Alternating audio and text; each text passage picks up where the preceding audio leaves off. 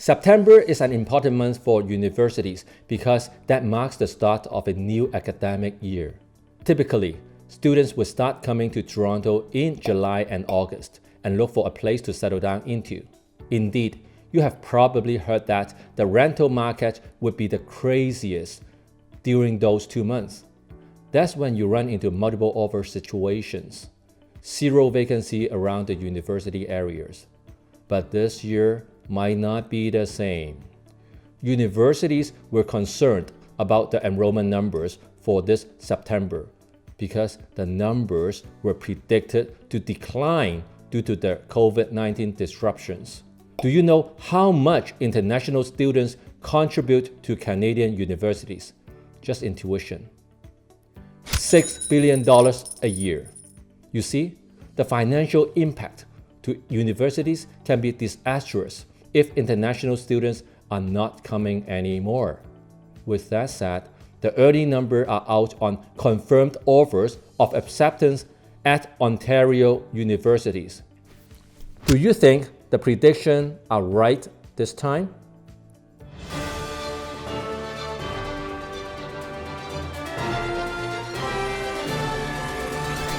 Let me share all the numbers with you. Number 1. International students in Canada. Canada has an international student population of 642,000, and we now rank number 3 globally in foreign student attraction, just behind number 1, the United States, and number 2, Australia. We said that international students spent $6 billion just in tuition, but their economic impact extends beyond the campus. They contribute approximately $22 billion annually to our economy and help to sustain over 170,000 jobs. Why is Canada so attractive to foreign students? The biggest incentive is the post-graduation work permit. The Canadian work experience will become a big plus in their immigration application. Which country do you think we get most of our international students from? India. Almost 220,000 students. That's 34.2% of the total. China is second, accounting for 22%. Korea, France, and Vietnam account for around 3.7% each. Hong Kong, only 0.6%. Number 2. International students in Ontario. Of the 642,000 international students in Canada, how many of them have come to Ontario? Almost 50%. That's over 300,000 students in Ontario. British Columbia gets 23%. And Quebec gets 14%. By far, Ontario gets the largest economic benefits from international students. Are you curious to find out the difference in tuition fees between Canadian and international students?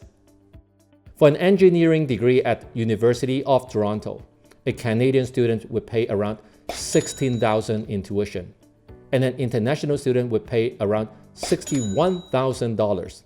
In general, an international student would pay around 4 to 6 times more depending on what you study. You see, international students are an important revenue source for universities. Number 3. Enrollment numbers for September 2020. It seemed natural to predict a big decline in international students because of all the travel restrictions in place. But again, we got some surprising numbers. Overall, we got more confirmed admission than last year, with both domestic and international students combined. At the University of Toronto, confirmations from Ontario high school students are down about 9%, but overall, the numbers are up by about 4%. Where did the increase come from?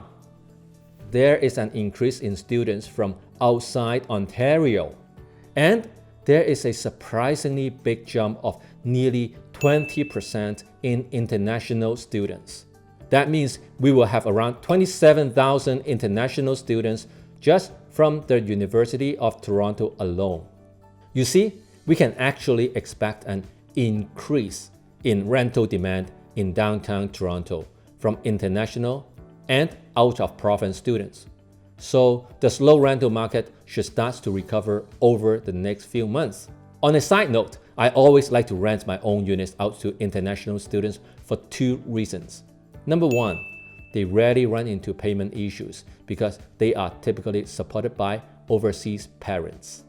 Number two, they generally do not create troubles as they don't want a bad record that can potentially affect their future study and work permit. Yes, they can make the place more dirty than average, but you can easily hire a cleaner to deep clean the place for $200. So I really treat that as a non-issue.